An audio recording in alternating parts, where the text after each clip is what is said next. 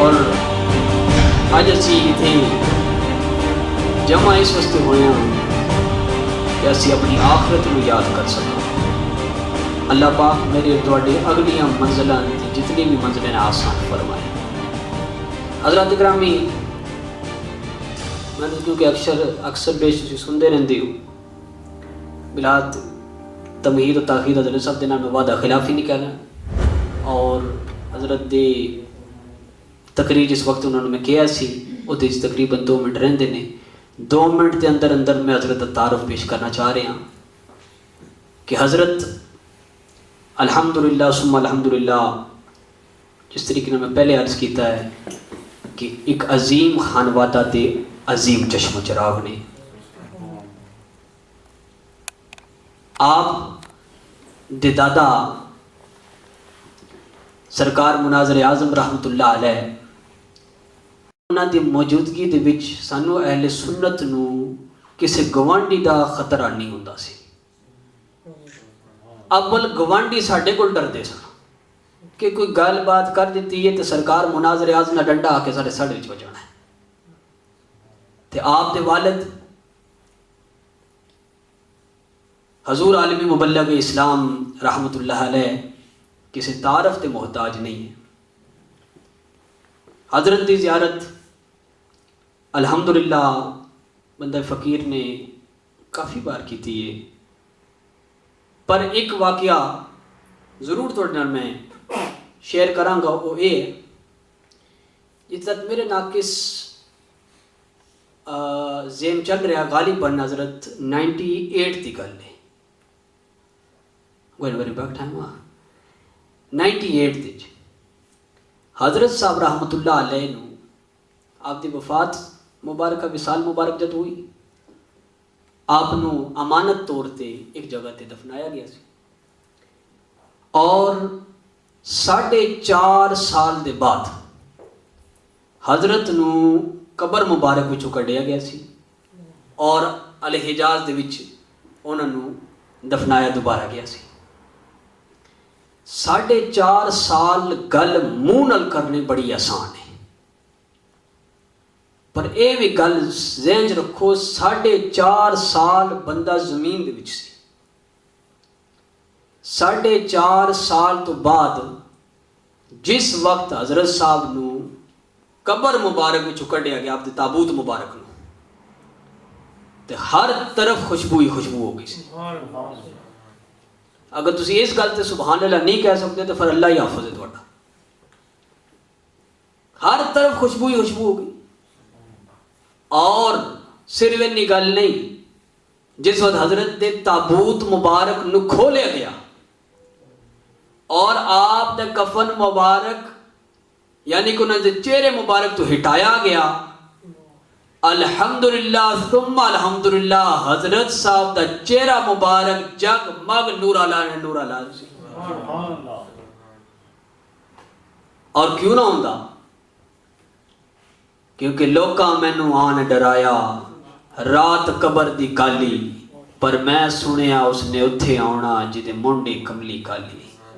اے او صالحین نے جنہاں نے اس دنیا تے بیٹھ کے اللہ نو منایا جس طریقے نال اللہ نو مناؤن دا حق ہے. اس طریقے نال اللہ اللہ کیتی کہ 4.5 سال بعد بھی اگر انہوں نے قبر وچ کڈیا جائے الحمدللہ انہوں نے تابوت بھی صحیح سلامت بھی رہندا، جسم بھی صحیح سلامت رہندا. اس عظیم باپ دے عظیم بیٹے بڑی معذرت دے نال آج کل پیری مریدی تو بڑی آسان ہو گئی ہے جس دور دے اسی رہندے ہیں. اور ساڈے مشائخ دا یہ کام ہے کہ اسی گھر بیٹھ جاں گے تے شرنیاں آندیاں رہ سن. الحمدللہ حضرت صاحب شیخ طریقت بھی نے، اور مینوں اس گل کہنے وچ کوئی شک شبہ بھی نہیں ہے کہ تھوڑے سامنے نے صوفی ابا صفا بھی نے، پر الحمدللہ بیرسٹر بھی نے. اللہ پاک قبلہ حضرت دا سایہ ہمارے سر دے قائم مدن تا سلامت تا قیامت سلامت رکھے.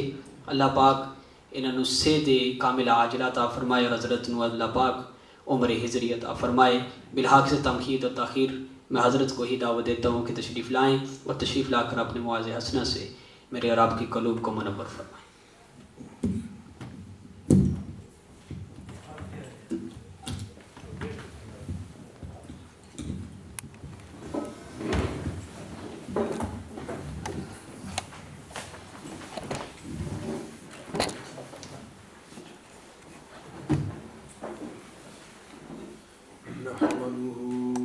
ونصلي ونسلم على رسوله الكريم وعلى آله الطيبين الطاهرين العارفين وعلى أصحابه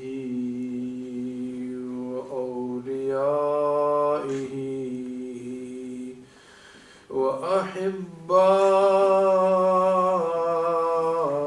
وأحبائه أجمعين. أما بعد فقد قال الله عز وجل في القرآن المجيد: كيف تكفرون بالله وكنتم أمواتا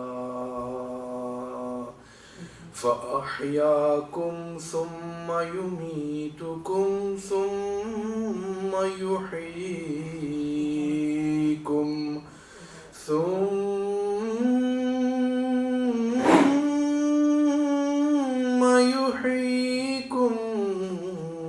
ثم إليه ترجعون. صدق الله مولانا العظيم.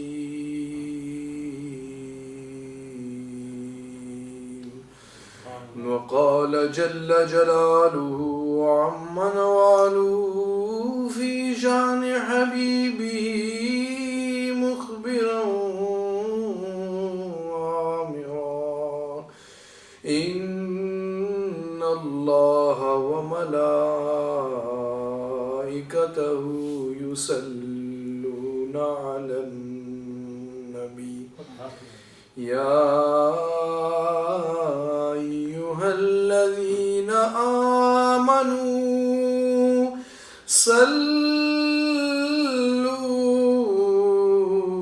عليه وسلموا تسليما.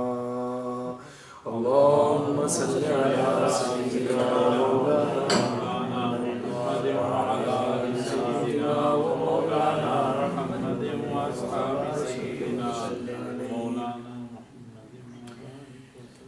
All praise be to Allah subhanahu wa ta'ala, who created this entire universe in a state of perfection. Our intellect, or should I say the modern intellect, attempts to rationalize everything around it, and through that process of rationalization attempts to formulate a way of life that it deems to be best for it. And the history of man, and especially the history of the 20th century and 21st century, has demonstrated that man has concocted many regimes through which his lifestyle has been deemed to be appropriate. But history has shown that each regime, any regime which is the product of the human mind, is flawed and is prone to contamination and corruption, and has a shelf life that is limited to political dominance as opposed to the reality of the thinking itself. For example, communism as a way of life was initially formulated on the basis that it was good, it was right for man. And then it assumed a practical manifestation when the Russian Revolution came about and other governments then adopted communism. So as long as political powers hosted communism, it was used and then, as history has shown, abused. So no matter how good it was, it subsequently became contaminated by the human race.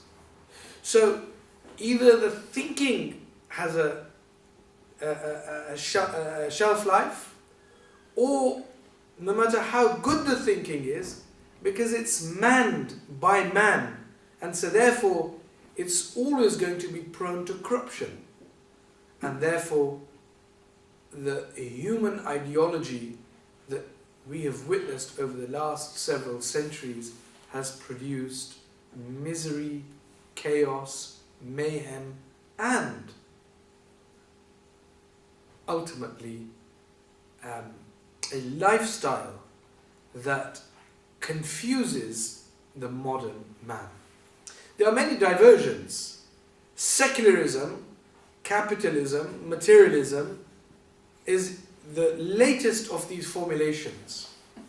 But our duty as Muslims isn't to ignore what is out there, it is to understand what is out there and then to appreciate the product that we have been given. The problem is we don't spend time thinking about the product that we have been given.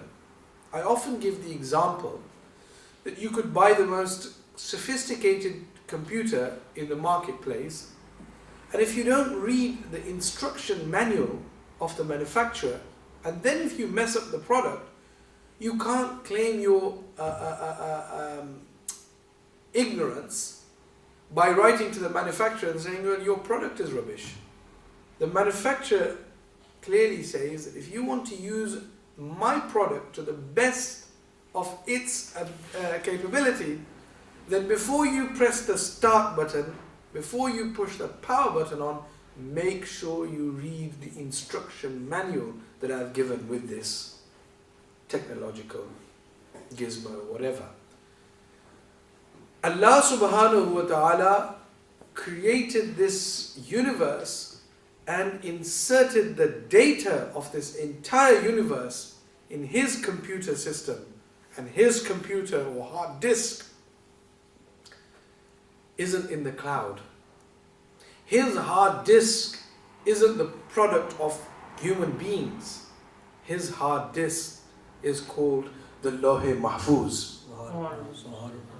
And on this hard disk, He wrote absolutely all data that could ever be associated to the manufacturing of this universe from the beginning of Kun till the last. And there is no data that is not in this Lawh-e Mahfuz. And Allah subhanahu wa ta'ala inserted this data and then gave extracts from this data to human beings to guide them. That look, you apply your rationale in thinking and in trying to rationalize your environment and your reality, but your rationale is limited in what it can or cannot do. A calculator has a limit to how many digits it can calculate on. You cannot expect an ant or the brain of an ant, rationally speaking, not that it is something that Allah cannot do, but just in a rational way, you cannot expect the brain of an ant to host the data of an entire universe.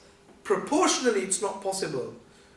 So how is it possible that our minds can understand the workings of this entire universe? We must concede that if when we are in control, we don't do anything coincidentally.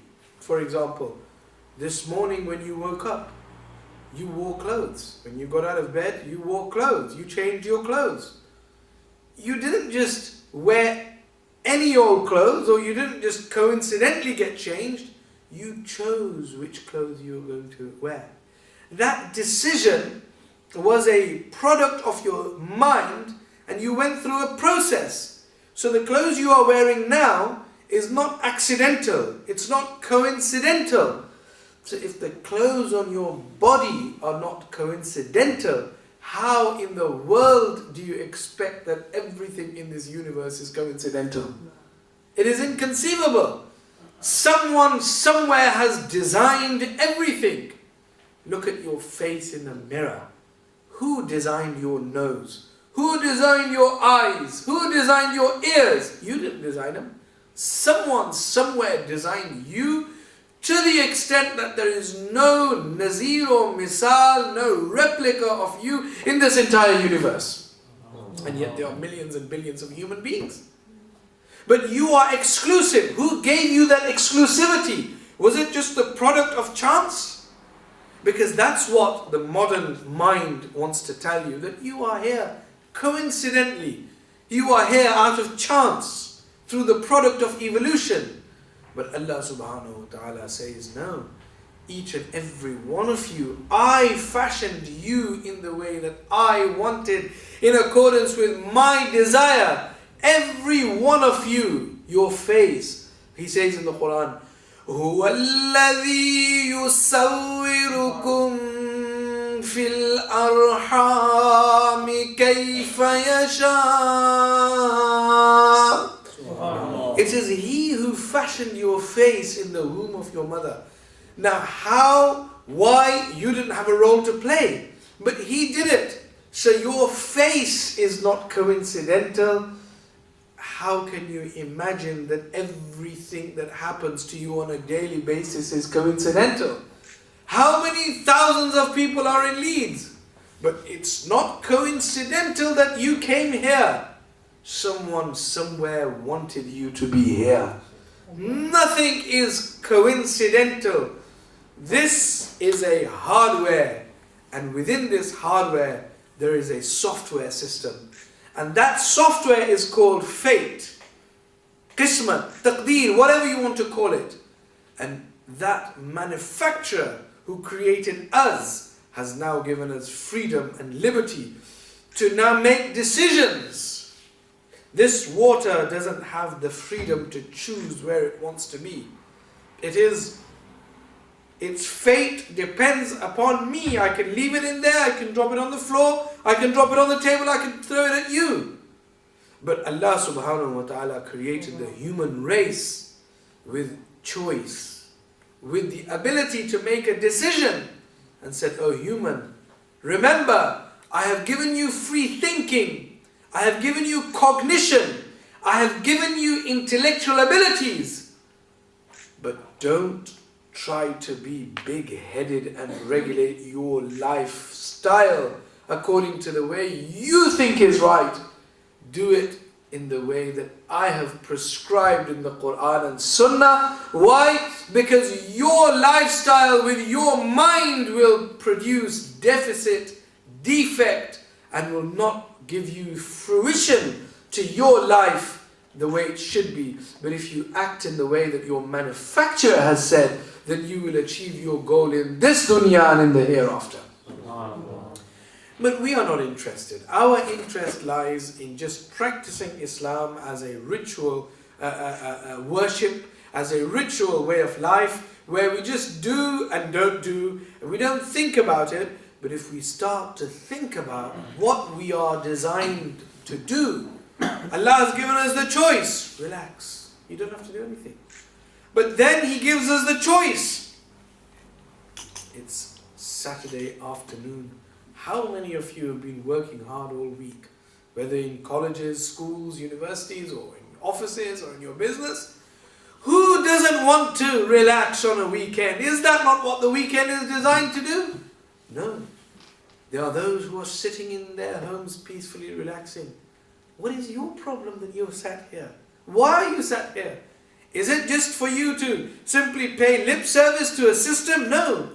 You want to know more. Someone somewhere wants you to be here so that you could know more and you could progress in the way that this product is designed to progress. This mic, what is this mic designed for? This mic is designed to amplify my voice. And if I use this mic to mix my tea in a mug, do you think that would be doing justice to this mic? Do you? I'm talking about one of those big mugs, not small mugs. I think you would agree with me that if I stirred my tea with a mic, you would refer me to a psychiatric ward. You would say, Mike? Stirring tea? What's the significance? Or if I got this pen and I said, forget the mic, I'm going to use the pen, you're going to say he's got loopy. What is the objective of this pen? Not to amplify your voice. Or if I try to write with this mic, you do what the product has been designed for. This human body has been designed for something. Who designed this body? Who designed this body? And yet He designs it and He gives us the freedom. Go and do what you like with it. But then He says, listen, you can do what you like with it, but ultimately you must know that you are a tenant. You know what a tenant is? Kirayadar?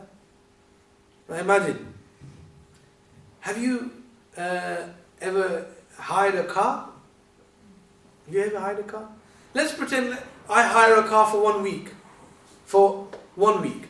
I get the car and then I say, you know what? Change the alloys. Let me get it chipped. Let me put let me fix a satellite navigation in it.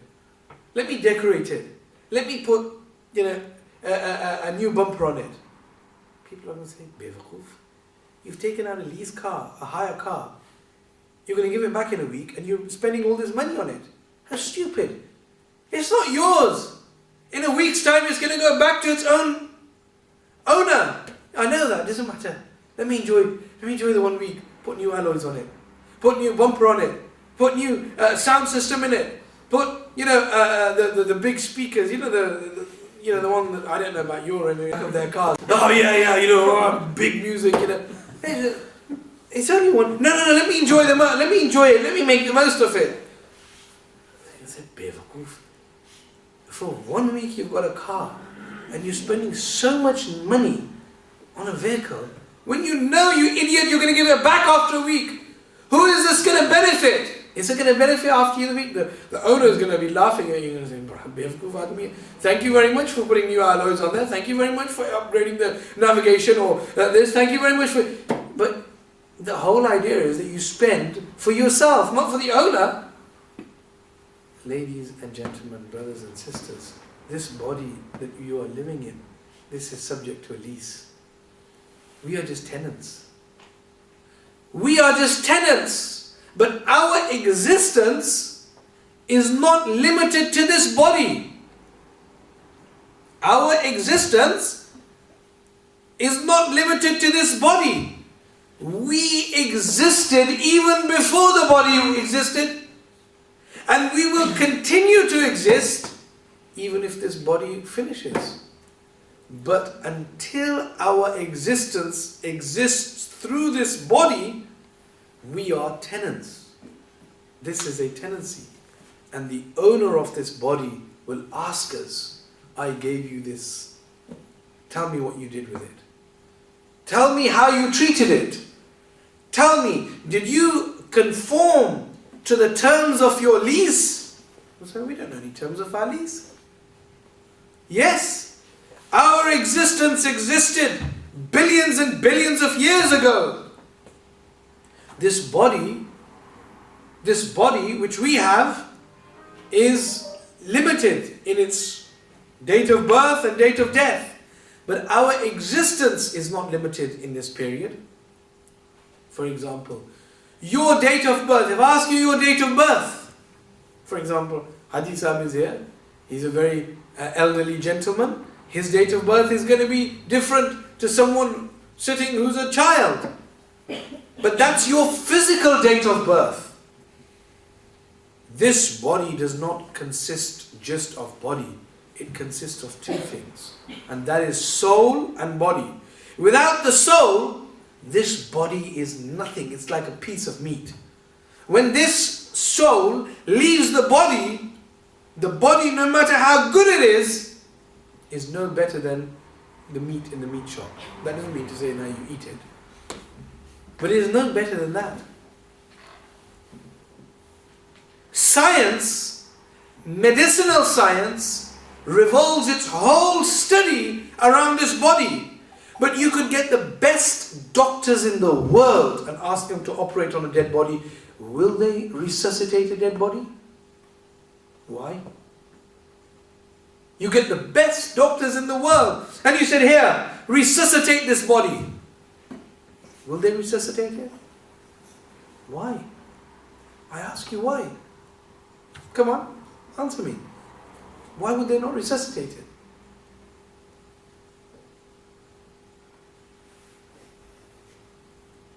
Because there's no soul in it.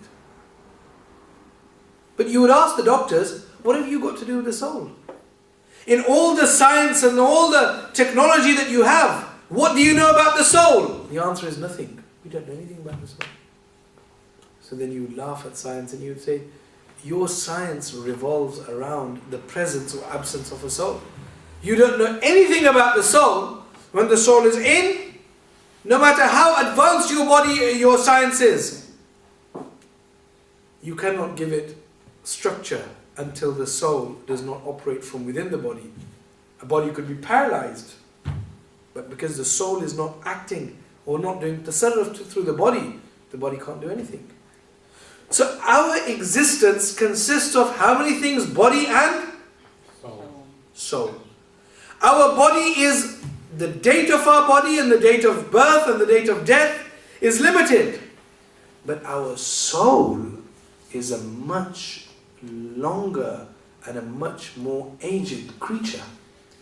Now if I ask you the date of birth of your soul, if you look at the Quran and Sunnah, you will conclude that Haji Saab, who is 60, and the child at the back who is 6, their date of birth physically is different, but their spiritual date of birth is the same. Our spiritual date of birth is the same. We are the same age. And when this soul leaves the body, likewise, it will remain. It won't grow old. In fact, even the age that it puts on, it will go back into reversal. Why? Because the soul is all powerful. The body is weak, the soul is powerful. And so therefore, the soul has a longer lifespan. And a soul never dies. According to Shaykh al-Akbar Muhyiddin ibn Arabi, rahimahullah, a soul never dies. And mutakallimeen have also said this. A soul never dies, but a body dies. A body? So how do we prepare for death? What is death? We know that what you will eat for breakfast tomorrow morning is not certain. No one knows. What you will be doing this time next year is not certain. Who you will be friends with is not certain. Nothing in your life is certain. But there is one thing in your life which is certain, and that is that you are going to die. And then what happens after that? What happens after that? Do you die? Is that the end of your existence? No. Your existence carries on through your soul until an appointed time, and after that appointed time, then your ruh returns back into your body, and your body behaves now in a way not like the ordinary body behaves. It behaves like the ruh behaves. Ajiba. When the soul comes into the human body, like for example, the soul can walk through walls, right? Because it is metaphysical. It can walk through walls. It can travel huge speeds. But the body can't. So that when the soul comes into the body, the soul has to behave like the But बात समझ आ रही है ना? I am not in the frame of mind of just coming के कुछ रस्मी बातें इधर उधर करके and just going. The idea of this discourse is to provoke thought in you, so that you actually start to think who you actually are, what you are, what are you doing here, where are you going? So what was I saying? MashaAllah. When you go to sleep, your soul, according to the Quran, leaves your body. There is no more soul in the body. But no one says, right, that's it, dead, bury him or bury her. No. Why? Because although the soul is not in the body, it still has a relationship with the body. And on account of that relationship, tasarruf, therefore, that body is not classified as dead. It's alive, even though the soul is not in the body. When the soul is out of the body, that's why at night sometimes you see you're in Pakistan, you're in Australia, and you come back. No problem. Is that an illusion? Is that a figment of your imagination? No, your soul actually travels. So the soul has huge capabilities. It can go back in time, it can go ahead of time, it can meet arwah, it can do all sorts of things. It's very, very powerful. But when it comes in the body, it's limited, it's restricted to what this body can and cannot do. But when you understand your soul, the more you understand your soul, the more you realize that this body, if it is in charge of the soul, then the soul behaves like the body. But if the soul is in charge of the body, then the body behaves like the soul. Let me give you an example of this from the Quran and Sunnah. That the body behaves like the Now I could give you a mu'jazat from the Anbiya, but you will say, yeah, well, they were prophets, weren't they? But if I give you two examples, one from non-prophets who are called awliya, and one who are ordinary people, then you'll understand exactly what I'm saying. In Surah Kahf, there are people, ordinary people, they're not prophets, and they sleep for 300 years. How many hundred years? 300 years. Now tell me, I just want to ask you a question. If you don't cut your hair for 6 months, will your hair be short, the same, or long? Long, right? Will your nails be the same? Will they be long or will they be short? After 6 months, no cutting. They'll be long, right? But these people slept for 300 years. And when they woke up, they weren't dead, they just slept. One of them asked the other, when they woke up, Kam labistum? How long did you? He looked outside, he said, Labisna yawman or ba'da yawm? Maybe one day we were sleeping, or maybe even half a day, or part of a day.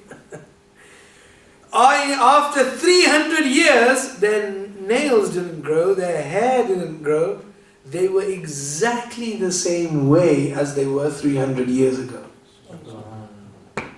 Think, what is this? Is this gimmickry?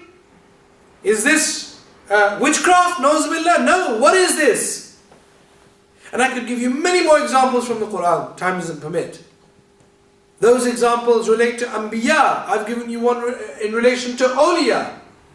But let me give you an example in relation to every one of you. Because if I give you an example of awliya, even in your mind you could think, well, maybe awliya, they're great, they're of a higher platform than us.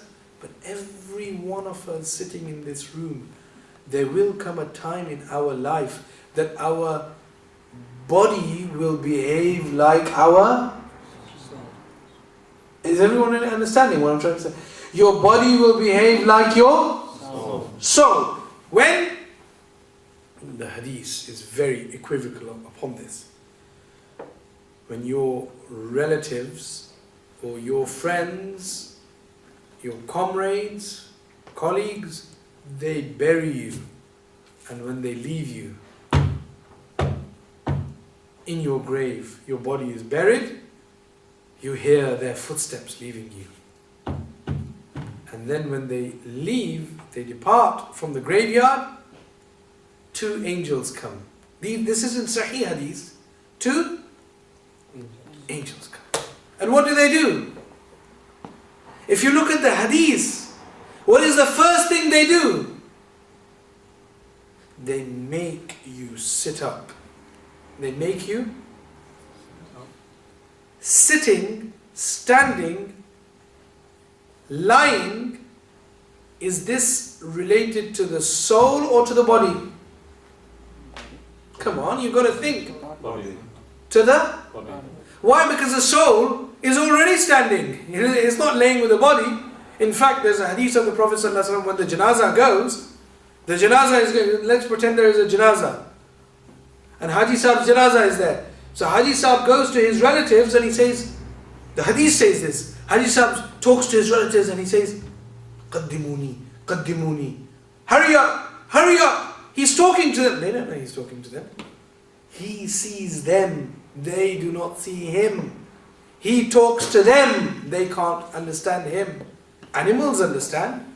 The hadith says, Yasma'u kulla shay, everything hears him. Illa al-insan, except for insan. Why? Iza sami'a sa'ika. If insan heard the soul, he would, the human being would collapse. Because the hertz and the decibels of the sound emitted by a ruh is so loud, Iza sami'a sa'ika, we would faint. It's like there's some sounds which we can't hear, dogs can hear, right? So our sound is limited in what we can and cannot hear. And sometimes if the sound is too big, it could even kill a human being. Iza sami'a sa'ika. So the soul moves with the body. Qaddimuni. Or if it's a kafir, he says, where are you taking me? Where are you taking me? The soul of a kafir talks to its relatives. But when the person's body is buried in the grave, now, that body could be in 1 piece, in 2 pieces, or in 1,000 pieces.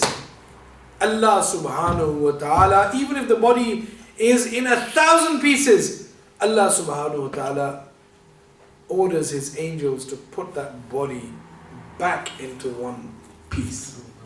You say, huh? Back into 1 piece? How is that physically possible? When you bury something underground, let me give you an example. We bury, but of course Hindus and some other religions, they don't bury, they burn.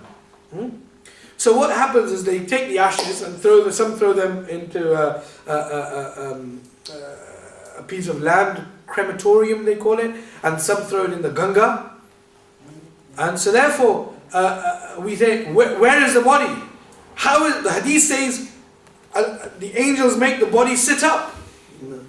The reality is, no matter how disjunctive the body is from each other, through the qudrat of Allah subhanahu wa ta'ala, it all comes back together. How? It's beyond our understanding. But according to hadith, it all comes back together. How is that possible? How can different particles from different places all come back and join with each other? How is that possible? Because the manufacturer knows that it is not possible for us to imagine how 1 hand, 1 foot, 1 head, 1 limb, all in different places can be brought back together and joined. Our science does not allow us to understand that, but Allah is the creator of that. Allah can allow all of that to come back together, and Allah can then allow that to operate in the way that He wants. But how is it possible that a soul, how is it possible that a body which is buried 6 feet beneath the floor can sit up? Is that physically possible? If you bury yourself, now, let's just as an example, 6 feet beneath the floor, can you sit up? it's a defiance of science. But because our soul is ruled by the body, it has to behave like the... But when our soul goes 6 feet beneath, then our body behaves like the soul. And the soul does not need physical matter.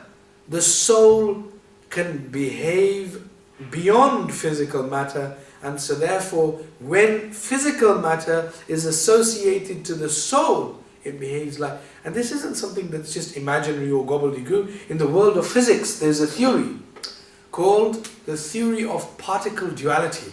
Particle duality. And the theory is that if you have light, for example, light travels at a certain speed, right?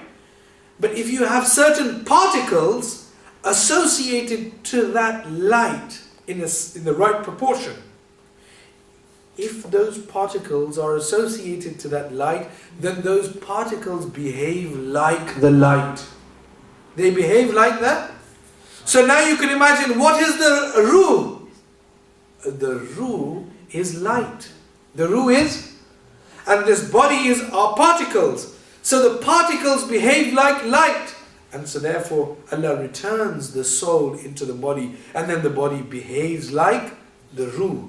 And so therefore we see that our bodies are weak, meek, but when they are in the charge and custody of the soul, then they can behave in a way that our souls and our bodies can never imagine. That is why Anbiya in the Quran and Sunnah, Awliya in the Quran and Sunnah have demonstrated time and time again that our ability and understanding of the human body is beyond that of the human mind. When Isa a.s. says to a dead body, Qum, the dead body rises. Why? Qum bi-iznillah. He has permission of Allah. And when Shaykh Abdul Qadir Jilani Quddasa Sirrul Aziz says, وَلَوْ أَلْقَيْتُ السِّرِّ فَوْقَ مَيْتٍ لَقَامَ بِقُدْرَةِ الْمَوْلَى تَعَالِي. If I told my secret to a dead body, because the dead body can hear, it would stand up out of sheer shock and alarm. So this life that we have, science tells us a sad story. If you die tomorrow, that is the end of your life. But the Quran and Sunnah says, oh people, if you die tomorrow, your life, your existence continues, but in a different zone. If you were going to go to Australia tomorrow, what would you do tonight? Tell me, what would you do tonight? If you knew you were flying to Australia tomorrow, if I just said, your ticket is booked for Australia tomorrow morning, what would you do tonight? Pack. Okay. You would pack. If someone invited you, come on, let's go to a jalsa, let's do this, let's do that. You said, no, I haven't got time, I've got to pack. Why? I'm going there, I don't know what to expect. I need to take my stuff with me. I don't know what to expect there. So when we go on a journey, we pack. How many of us have prepared for this journey that we are about to go on after? Our time comes. And don't think that youth is your obstacle against death. When death is written for you, death will come whether you are an old person or a young person. Look at these people in Gaza. Young people, but they are not fearful of death. Why? Because the normality of death has taught them that there is something beyond there. Here, in Europe, people fear death.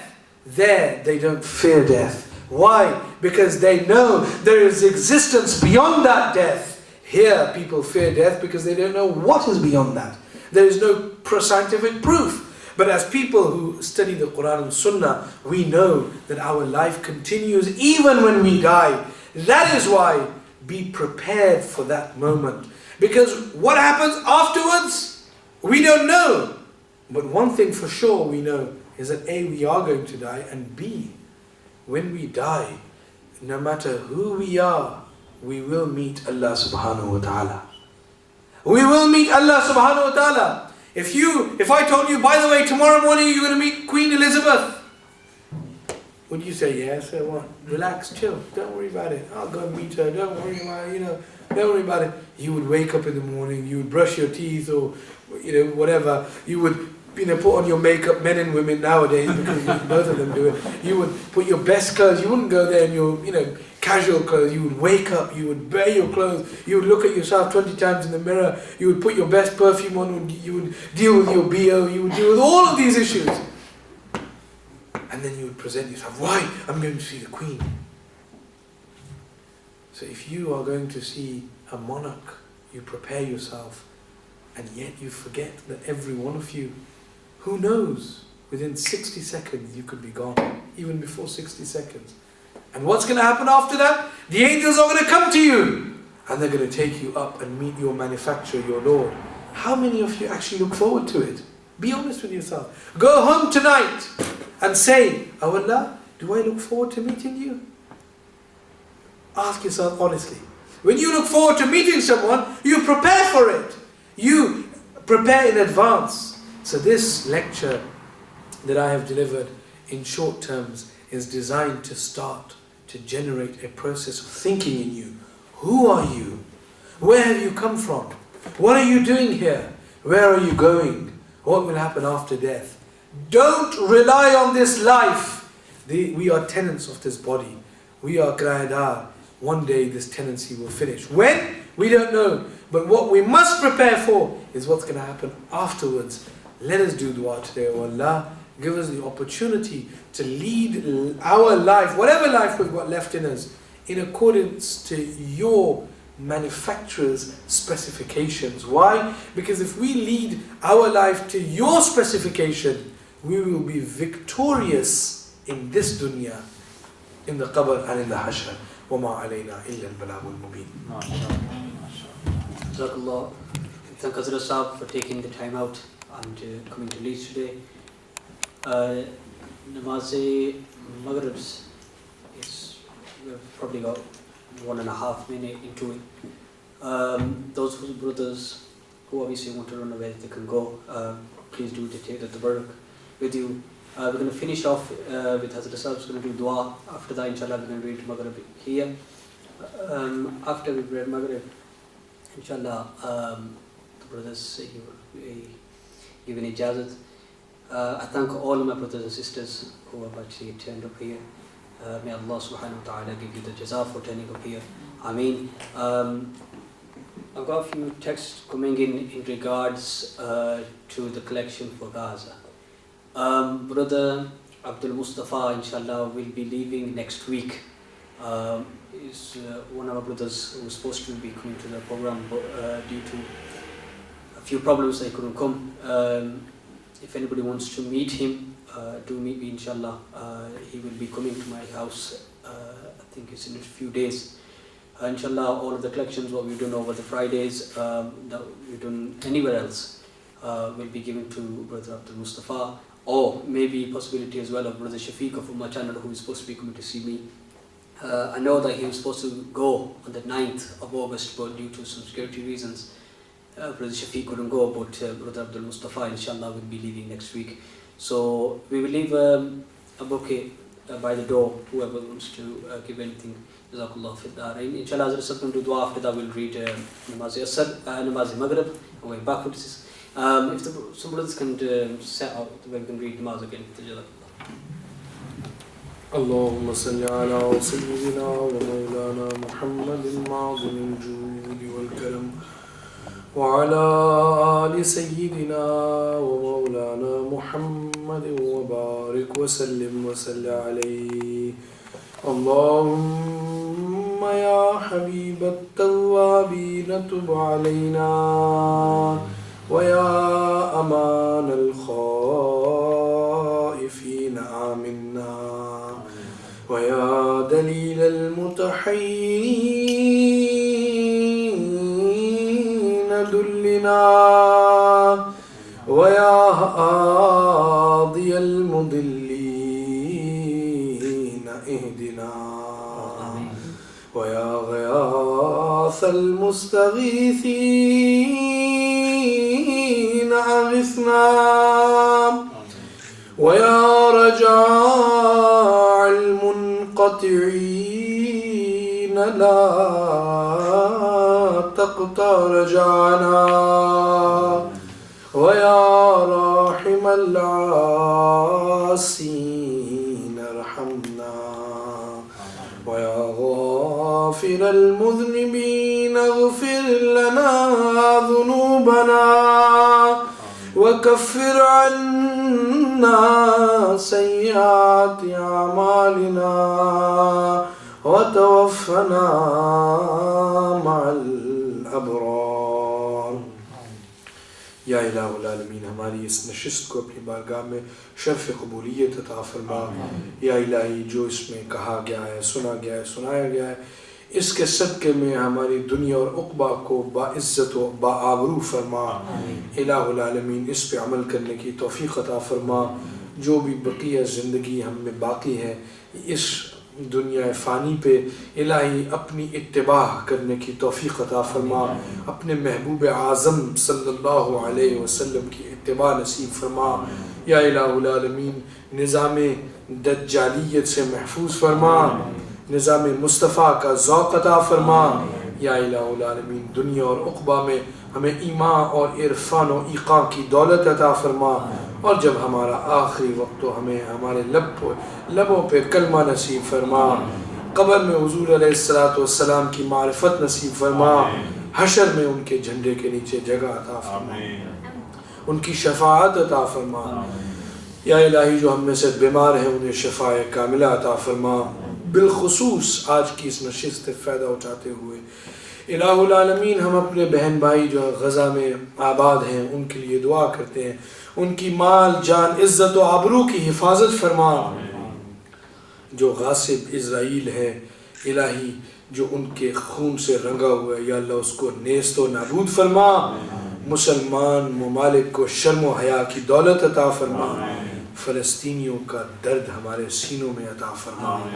یا الہ العالمین ہم سب کو شہادت کا ذوق عطا فرما. صلی اللہ علی حبیبہ سیدنا محمد وآلہ وصحبہ اجمعین برحمتک یا